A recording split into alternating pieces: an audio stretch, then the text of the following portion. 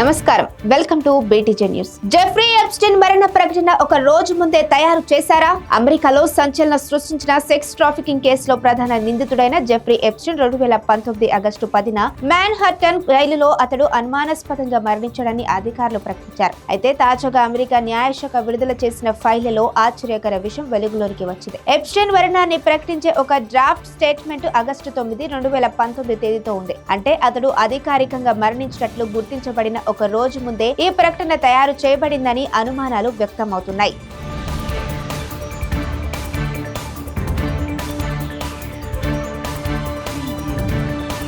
పంజాబ్ లో తరగతి గదిలో దారుణం. విద్యార్థి తోటి విద్యార్థినిని కాల్చి చంపిన విద్యార్థి. పంజాబ్ లోని తారన్ జిల్లాలో ఓ లా కాలేజ్ లో భయానక ఘటన చోటు చేసుకుంది. పోలీసులు తెలిపిన వివరాల ప్రకారం ప్రిన్స్ రాజ్ అనే విద్యార్థి తన తోటి విద్యార్థిని సందీప్ కౌర్ ను తరగతి గదిలో తుపాకీతో కాల్చాడు. ఈ కాల్పులో సందీప్ కౌర్ అక్కడికక్కడే మృతి చెందింది. ఆ తరువాత ప్రిన్స్ రాజ్ తనపైనే తుపాకీ పేల్చుకున్నాడు. తీవ్రంగా గాయపడిన అతన్ని స్థానిక ఆసుపత్రికి తరలించారు. అతని పరిస్థితి విషమంగా ఉందని వైద్యులు తెలిపారు.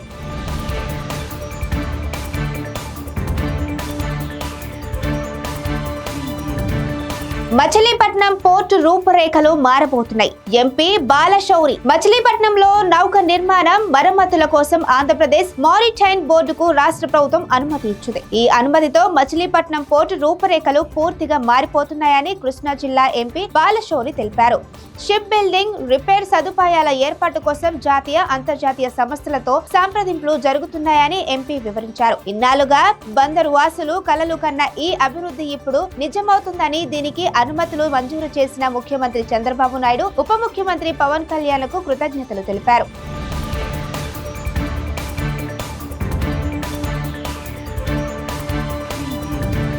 సర్ ప్రక్రియ కొనసాగాల్సిందే, అడ్డంకులు కల్పించవద్దు సుప్రీంకోర్టు. ఓటర్ల జాబితా ప్రత్యేక సమగ్ర సవరణ, స్పెషల్ ఇన్సెంటివ్ రివిజన్ సర్ ప్రక్రియ వ్యతిరేకిస్తూ పశ్చిమ బెంగాల్ ప్రభుత్వం దాఖలు చేసిన పిటిషన్ పై సుప్రీంకోర్టు కీలక వ్యాఖ్యలు చేసింది. ఈ ప్రక్రియ కొనసాగాల్సిందేనని, దానిలో ఎలాంటి అడ్డంకులు కల్పించవద్దని బెంగాల్ ప్రభుత్వాన్ని హెచ్చరించింది. అవసరమైతే తాము స్పష్టతలు, ఆదేశాలు ఇస్తామని, కానీ ప్రక్రియను అడ్డుకునే ప్రయత్నాలు చేయకూడదని సుప్రీం ధర్మశాసనం స్పష్టం చేసింది. ఈ సందేశం అన్ని రాష్ట్రాలు అర్థం చేసుకోవాలని కోర్టు పేర్కొంది.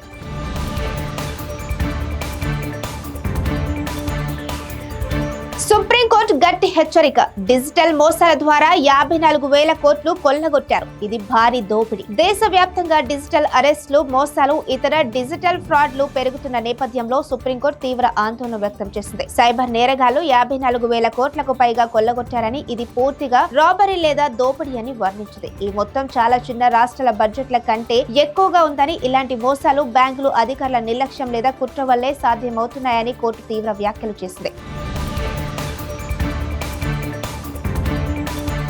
H1B వీసాలకు డిమాండ్ పెరుగుదల. ఏఐ టాలెంట్ కోసం టెక్ దిగ్గజాల భారీ నియామకాలు. అమెరికాలో ట్రంప్ ప్రభుత్వం H1B వీసాల ప్రోగ్రామ్ ను కఠినం చేసి వీసాలకు ఏకంగా $1,00,000 ఫీజు విధించిన టెక్ కంపెనీలు విదేశీ టాలెంట్ పై ఆధారపడడం మాత్రం తగ్గలేదు. ఏఐ రంగంలో భారీ పెట్టుబడులు పెడుతున్న కంపెనీలు లక్ష్యాల సాధనకు పెద్ద సంఖ్యలో విదేశీ నైపుణ్యాలను నమ్ముకుంటున్నాయి. దీంతో H1B వీసాల డిమాండ్ గణనీయంగా పెరిగిందని national foundation for American policy నివేదిక వెల్లడించింది.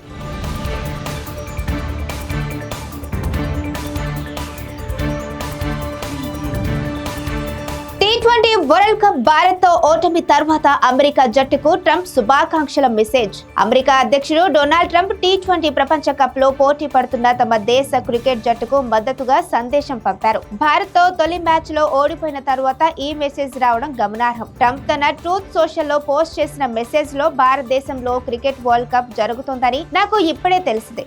టీం USA కు శుభాకాంక్షలు తెలియజేస్తున్నారు. మరిది చాలా బలమైన జట్టు. మీరు విజయం సాధించాలని అమెరికా మొత్తం కోరుకుంటుంది. అమెరికా మీకు మద్దతుగా ఉందని అన్నారు.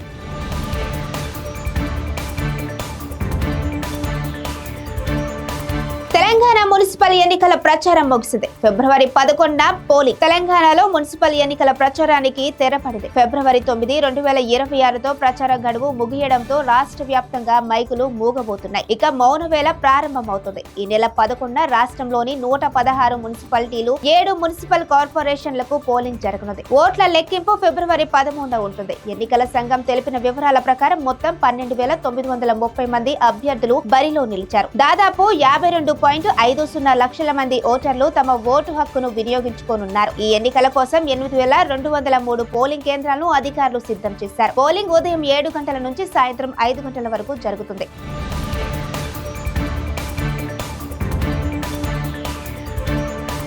జపాన్ లో ప్రపంచ అతిపెద్ద అణు విద్యుత్ కేంద్రం తిరిగి పనిచేయడం ప్రారంభం. జపాన్ ప్రభుత్వం ప్రపంచంలోనే అతిపెద్ద అణు విద్యుత్ కేంద్రమైన కాషివాజాకి కరియువా ప్లాంట్ ను మళ్లీ పునఃప్రారంభించింది. సోమవారం ఈ కర్మాగారంలోని ఒక రియాక్టర్ తిరిగి విద్యుత్ ఉత్పత్తి చేయడం మొదలుపెట్టింది. 2011లో జరిగిన భారీ భూకంపం, సునామీల కారణంగా ఫుకుషిమా అణు ప్లాంట్ లో ప్రమాదం జరగడంతో జపాన్ లోని అన్ని అణు విద్యుత్ కేంద్రాల్లో ప్రభుత్వం మూసివేసింది. ఏఐ డేటా సెంటర్ల వంటి ఆధునిక సాంకేతికతలను పెరిగిన విద్యుత్ అవసరాలను తీర్చడానికి అణుశక్తి వైపు మళ్లీ దృష్టి సారించింది.